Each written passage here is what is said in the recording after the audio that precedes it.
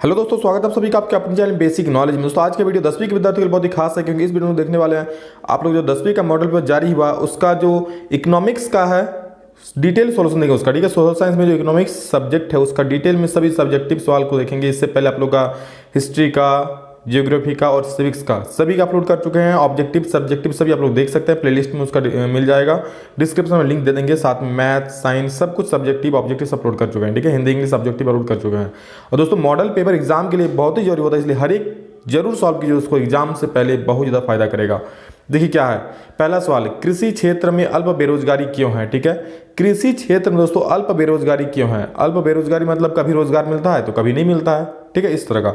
तो ये क्या है, कृषि क्षेत्र में अल्प बेरोजगारी है क्योंकि जब समय पर बारिश होती है तो खेती होती है और लोगों को रोजगार मिलता है। देखो कृषि क्षेत्र में क्या दोस्तों कि जब समय पर बारिश होगा तो ही खेती होगा, जब खेती होगा तो ही लोगों को रोजगार मिलेगा। पर अगर समय पर बारिश ना हो तो लोग बेरोजगार रहते हैं और साथ ही इस क्षेत्र में साल भर रोजगार नहीं मिलता, इसलिए कृषि क्षेत्र में अल्प बेरोजगारी होता है। क्या होता है, पर अगर समय पर बारिश नहीं होता है तो फसल होगा नहीं, तो फसल नहीं होगा तो लोगों को रोजगार कहाँ से मिलेगा। और साथ ही इस क्षेत्र में साल भर रोजगार नहीं मिलता। जैसे मान लीजिए बारिश भी होता है तो मौसम ही बारिश होता है, अब मौसम में जिस मौसम में बारिश होगा उसी मौसम में रोजगार मिलेगा और बाकी मौसम में तो रोजगार नहीं ना मिलेगा। तो इसलिए दोस्तों इस क्षेत्र में जो कृषि क्षेत्र है, किसान वाला क्षेत्र, फसल उगाने वाला क्षेत्र, इसमें क्या होता है अल्प बेरोजगारी होती है, क्योंकि साल भर रोजगार लोगों को नहीं मिलता है। ओके, आशा करता आप लोग समझ में आ गया होगा। और इसी के साथ वीडियो को प्लीज़ एक लाइक कर दीजिए। आप लोग का लाइक हमारा मोटिवेशन को बढ़ाता है और अच्छा आंसर लाने के लिए मजबूर करता है। तो देखिए अगला सवाल क्या है, वस्तु विनिमय किसे कहते हैं। देखिए विनिमय मतलब लेन देन होता है। ठीक है, तो जब कोई एक वस्तु के बदले दूसरी वस्तु का लेन देन होता है तो इस प्रकार के विनिमय को वस्तु विनिमय कहते हैं। देखिए क्या होता है, जब एक वस्तु के बदले दूसरी कोई वस्तु लेते हैं, मान लीजिए आपके पास 1 केजी चावल है, ठीक है, पर दाल नहीं है, तो क्या कीजिएगा, एक मान लीजिए आपके पास 10 किलो चावल है, ठीक है, पर दाल नहीं है, तो आप क्या कीजिएगा, किसी को मान लीजिए 2 किलो चावल दे दिए और उससे आप क्या ले लिए, बदले में दाल ले लिए। ठीक है, तो आप उसको क्या दे रहे हैं, चावल दे रहे हैं और बदले में क्या ले रहे हैं, दाल ले रहे हैं। तो ये विनिमय हो रहा है, वस्तु का लेन देन हो रहा है। यहाँ पे कोई पैसा मतलब जो बीच में भूमिका निभाती है पैसा, वो चीज़ नहीं आ रहा है। ठीक है, तो इसलिए इस प्रकार के विनिमय को वस्तु विनिमय कहते हैं। ठीक है, जिसमें वस्तु का आदान प्रदान होता है, जैसे चावल के बदले दाल प्रदान करना, ये दाल प्राप्त करना। ओके, नेक्स्ट सवाल देखिए, असंगठित क्षेत्र में श्रमिकों का शोषण किया जाता है, क्या आप इस विचार से सहमत है। कारण दीजिए, बहुत इंपॉर्टेंट सवाल एग्जाम की दृष्टि से, जरूर इसको अच्छा समझ लीजिए। देखिए असंगठित क्षेत्र मतलब पहले समझ लीजिए। ठीक है, असंगठित क्षेत्र मतलब कह सकते हैं जिसको कहते हैं प्राइवेट सेक्टर या फिर जो मजदूरी करता है उन लोगों को। ठीक है, तो देखिए इसमें क्या शोषण होता है। देखिए यह बात बिल्कुल सही है कि असंगठित क्षेत्र में श्रमिकों का शोषण किया जाता है।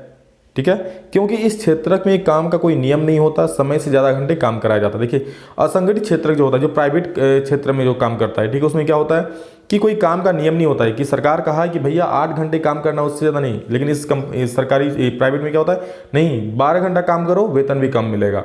ठीक है, तो समय से ज़्यादा काम भी करना पड़ता है, काम का कोई नियम नहीं होता है। ठीक है, साथ ही श्रमिकों को कम पैसे में काम करा जाता है और वेतन भी कम मिलता, भी हम बताएं, उनके काम का उचित दाम नहीं मिलता है। जो काम करता है जिस तरह से उसका पेमेंट मिलना चाहिए उस तरह से नहीं मिलता है, बीच में ठेकेदार होता है, ये सब खा लेते हैं। और ऐसे ही प्राइवेट कंपनी पैसा कम देती है, इन्हें छुट्टी बहुत ही कम मिलती है। और क्या दोस्तों, इन्हें छुट्टी बहुत कम मिलती है, छुट्टी नहीं मिलता है। अगर छुट्टी कोई मिलता भी है तो छुट्टी का पैसा भी काट लेता है, उसका वेतन नहीं मिलता है। जैसे सरकारी कंपनी में क्या होता है कि अगर आपको छुट्टी मिला तो छुट्टी का पेमेंट मिलता है। ठीक है, लेकिन जो मजदूरी का काम होता है, जिस सभी प्राइवेट नहीं, ज़्यादातर प्राइवेट कंपनियों में होता है ऐसा कि आपको छुट्टी का पैसा काट लिया जाता है, नहीं मिलता है। जो मजदूरी मेहनत मजदूरी काम करता है उनके काम का कोई भरोसा नहीं होता है, उन्हें बिना कारण कब काम से बाहर निकाल दिया जाता है। मतलब उनके काम का कोई यही नहीं है, सिक्योरिटी नहीं है कि हाँ काम पे आपको रखेगा ही, कब भी जब काम रहेगा तो रखेगा, नहीं तो हटा देगा।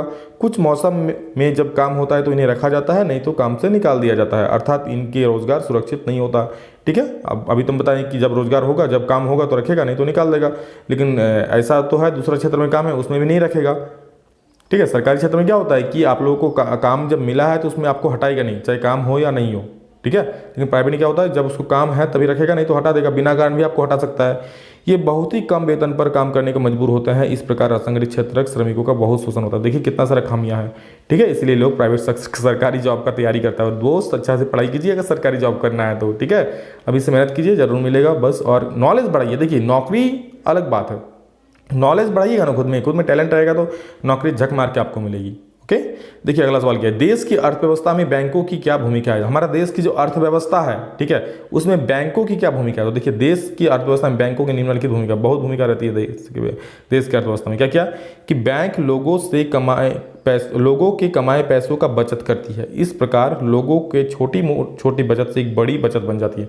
लोग क्या काम करता है, अब अपने पास रखे तो खर्चा कर देगा और बैंक में जमा कर देता है। बैंक क्या, उसके बाद उनसे ब्याज भी मिलता है बैंक से, ठीक है, और उसका बचत भी धीरे धीरे बढ़ जाता है। मान लीजिए कोई महीना में अगर 10,000 कमाता है, उसमें 2,000 अगर बैंक में जमा करता है, साल में सालाना उसका कितना 24,000 रुपये जमा हो जा रहा है, उस पर उसको इंटरेस्ट भी मिलेगा, ठीक है। तो इस तरह बैंक क्या करता है, देश की अवस्था में मदद करता है और उसका पूंजी को भी बढ़ाता है आम आदमी का।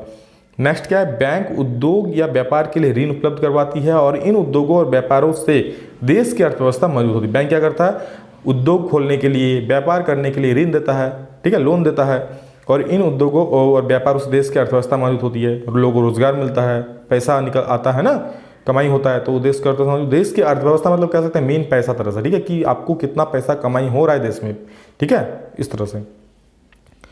बैंक लोगों से लिए गए पैसे को दूसरे क्षेत्रों में निवेश करती है और इससे प्राप्त लाभ का हिस्सा बैंकों में पैसा रखने वाले लोगों को मिलता है। देखिए बैंक लोगों से जो पैसा लेता है उसे दूसरे क्षेत्रों में भी निवेश करता है, बहुत सारा। मान लीजिए शेयर मार्केट में निवेश कर दिया, किसी अपना दूसरे बिजनेस में निवेश कर दिया, इस प्रकार उससे जो लाभ, जो प्रॉफिट प्राप्त होता है, उसका हिस्सा बैंकों में रखने वाले लोगों को मिलता है इंटरेस्ट के तौर पर। ओके। अगला देखिए क्या है कि बोल रहा है अगला पॉइंट, बैंक छोटे तथा बड़े किसानों को ऋण उपलब्ध करवाती है जिससे किसान बड़ी मात्रा में फसल पैदा करती है। इससे भी देश की अर्थव्यवस्था मजबूत नहीं होती है। देश, मान लीजिए किसान ज़्यादा पैदावार करेगी तो ज़्यादा बेचेगी, जिससे ज़्यादा उसको आमदनी होगा, ठीक है। इससे भी देश की कहीं ना कहीं देश की अर्थव्यवस्था में भागीदारी हो ही रहा है ना, ठीक है। अब ज़्यादा उपज होगा तो उसको फिर विदेश भेजा जाता है माल को, तो ऐसे भी विदेश से पैसा आएगा फिर। इस तरह से अर्थव्यवस्था को मजबूत करता है। बैंक से बहुत लोगों को रोजगार मिलता है और बैंक दोस्तों बहुत लोगों को रोजगार भी देता है, नौकरी भी देता है, ठीक है। इस प्रकार देश की अर्थव्यवस्था में ये बहुत ही महत्वपूर्ण भूमिका निभाती है। अगला सवाल देखिए क्या है आप लोग का, और ये और का सवाल था, ठीक है, आप लोग का इसमें 2 और में एक सवाल था और एक इसमें 49 देखिए। हाँ देखिए 49, दूसरे देशों में बहुराष्ट्रीय कंपनियां किस प्रकार उत्पादन या उत्पाद पर नियंत्रित स्थापित करती है। देखिए दूसरे देशों में जो आप लोग का, मान लीजिए बाहर से कोई हमारे देश में कोई कंपनी आ रही है, तो किस प्रकार अपना जो उत्पाद होगा या उत्पादन जो होगा उससे किस प्रकार उसको नियंत्रण स्थापित करती है, कैसे क्या करती है, उसी को लिखना है। तो देखिए बहुराष्ट्रीय कंपनियां निम्नलिखित प्रकार से उत्पादन या उत्पाद पर नियंत्रण स्थापित करती है। कैसे करती है, तो देखिए बहुराष्ट्रीय कंपनियां उस स्थान पर उत्पादन इकाई स्थापित करती है जो बाजार के नज़दीक हो और जहां कम लागत पर कुशल श्रमिक उपलब्ध हो। देखिए बहुराष्ट्रीय कंपनी उस स्थान पर उत्पाद इकाई स्थापन करती है जहां पर क्या, जहां से बाजार नज़दीक हो, मतलब माल का अगर वो डिलीवरी करना चाहिए, बेचना चाहे तो आसानी से बेचा जाए, बाजार उसके लिए मार्केट सामने हो, और जहां कम कीमत पर, जहां कम लागत पर कुशल और अकुशल श्रमिक उपलब्ध हो, मतलब जहां पर कम लागत पर, जहां आपको पैसा कम देना पड़े, वेतन कम देना पड़े, ऐसे टेक्निकल और नॉन टेक्निकल, ठीक है, कुशल और अकुशल श्रमिक उपलब्ध हो। नेक्स्ट पॉइंट क्या है कि बहुराष्ट्रीय कंपनियां स्थानीय कंपनियों के साथ मिलकर संयुक्त रूप से उत्पादन करती है। बहुराष्ट्रीय कंपनी क्या करती है, मान लीजिए हमारे देश में कोई स्थानीय लोकल कंपनी उसके साथ मिलता है और वस्तुओं को उत्पादन करता है। क्यों, क्योंकि जब बहुराष्ट्रीय कंपनी, विदेशी कोई कंपनी आएगी तो उसको तो हमारे देश के बारे में अभी पता नहीं होगा ना कि कैसा कौन सा सामान चाहिए, तो स्थानीय कंपनियों के साथ वो मिलकर उत्पादन करती है, ठीक है। और एक बार जब उसको पूरा आइडिया हो जाता है तो स्थानीय कंपनी साझा तोड़ भी सकती है, तोड़ भी देती है बहुत सारी कंपनियाँ। तो इस प्रकार पहले वाली क्या करता है, वो स्थानीय कंपनी से मिलकर संयुक्त रूप से उत्पादन करती है। नेक्स्ट देखिए कभी कभी ये कंपनियां छोटी कंपनियों उसको खरीद कर भी वहाँ पर अपना उत्पादन शुरू करता है। कभी कभी क्या करता है, छोटी कंपनी को खरीद लेती है और उस पर अपना उत्पादन शुरू कर देता है उसी कंपनी से। बड़ी बड़ी बहुराष्ट्रीय कंपनियां क्या करती है कि बड़ी बड़ी बहुराष्ट्रीय कंपनियां छोटे उत्पादकों जो मीडियम छोटा होता है, ठीक है, जो घर में उत्पादन करता है या फिर मान लीजिए छोटा मोटा फैक्ट्री हो, को वस्तु के उत्पादन का ऑर्डर देती है और फिर इसे अपने नाम और ब्रांड से बेचती है। भैया ब्रांड भी अभी सभी चल रहा है ना कि हाँ ब्रांडेड है, ये ब्रांडेड, ये जींस ब्रांडेड, ये शर्ट ब्रांडेड है, सब ब्रांड के नाम पर चढ़ा है। लेकिन ऐसा भी होता है कि बहुत सारी कंपनियां क्या करती है कि लोकल कंपनी को देती है बनाने के लिए और उस पर अपना ब्रांड मुहर लगाती है, बस 100 रुपये का सामान बिक गया 1000 रुपया में, यही होता है, ठीक है। तो इस प्रकार से भी वो लोग अपना सामानों को बेचता है। बहुराष्ट्रीय कंपनियां सरकारी नीतियों पर भी नज़र रखती है तथा उनके हितों का देखभाल करती है। और सरकार की बहुत सारी नीति होती है कि हाँ इसके अनुसार आपको बिजनेस करना है, ऐसा व्यापार करना है, तो उस पर भी ध्यान रखता है और उसके अनुसार वो देखभाल करता है और अपना बिजनेस करता है, व्यापार करता है। और अंतिम सवाल दोस्तों इसका है कि सरकारों द्वारा अधिक विदेशी निवेश आकर्षित करने का प्रयास क्यों करती है। देखिए सरकारों द्वारा अधिक विदेशी निवेश यहाँ होगा सरकारें होगा, ठीक है, सरकारें अधिक विदेशी निवेश पर आकर्षित करने का प्रयास क्यों करती है। तो मॉडल पेपर में थोड़ा गलती था, कोई बात नहीं, सरकारें अधिक विदेशी निवेश आकर्षित करने का प्रयास क्यों करती है। तो देखिए भैया क्यों करती है, सरकारें निम्नलिखित कारणों से अधिक विदेशी निवेश प्राप्त करने का प्रयास करती है। क्यों? अधिक विदेशी निवेश से देश में उद्योग बढ़ेंगे, जिससे लोगों को रोजगार मिलेगा। अब भैया विदेशी निवेश आ रहा है, विदेशी निवेश मतलब ऐसा कि थोड़ी कि जो लो पैसा लो जो करना है करो, नहीं ना। विदेशी निवेश मतलब मान लीजिए कोई विदेशी कंपनी आ रहा है, वो हमारे देश में निवेश कर रहा है, हमारे देश में कोई फैक्ट्री खुल रहा है, हमारे देश में कोई रोजगार उत्पन्न हो रहा है, तो इससे हमारे देश में क्या होगा, जो बेरोजगार लोगों को रोजगार मिलेगा। ठीक है, अधिक विदेशी निवेश से देश में उद्योग बढ़ेंगे, फैक्ट्रियाँ लगाएगा और जिससे लोगों को रोजगार मिलेगा। अधिक विदेशी निवेश से देश की अर्थव्यवस्था भी मजबूत होगी। अब देश में अर्थव्यवस्था मजबूत होगी, मान लीजिए वहाँ से सामान हमारे देश से जाएगा, ठीक है, यहाँ पे बहुत सारे लोगों को रोजगार मिलेगा, उनको भी आर्थिक रूप से पैसा मिलेगा। ठीक है, बहुत सारे लोगों को, सरकार को भी टैक्स मिलेगा इससे, तो अर्थव्यवस्था क्या होगा, मजबूत होगी।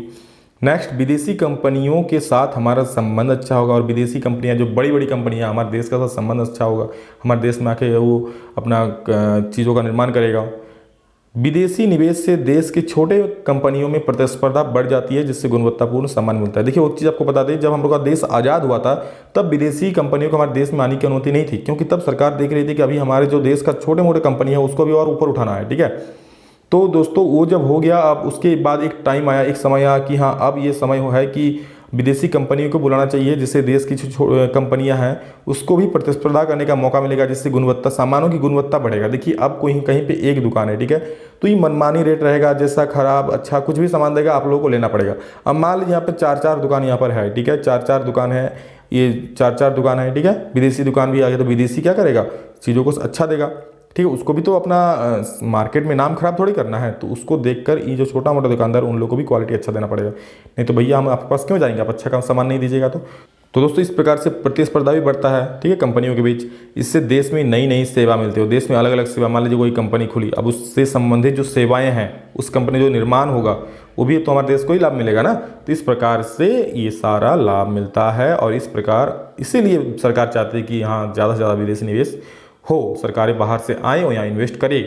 ओके, तो दोस्तों ये था आप लोग अर्थशास्त्र, आशा करते हैं अच्छा से समझ गए होंगे। बस समझ लीजिए, पूरा वीडियो देख लीजिए, समझ में आ जाएगा। देखिए नोट्स तो आप बना लीजिए, नोट्स कहीं भी मिल जाएगा, लेकिन समझना जरूरी है। आप इसको, हम जो बताएं उसको समझ लीजिए, एग्जाम में आप एक लाइन भी मतलब छोड़िएगा नहीं, लिख दीजिएगा अच्छा से, ठीक है, और फुल नंबर मिलेगा। रटने से फायदा नहीं होगा दोस्तों, रटन्ति विद्या घटन्ति, तो अच्छा से पढ़िए, रटिए नहीं, समझिए। ओके, चलिए मेरी सारी शुभकामनाएं आप सभी के साथ, अच्छा से पढ़िए, एग्जाम में बहुत अच्छा करेंगे हम लोग। तो चलिए दोस्तों अभी के लिए इतना ही।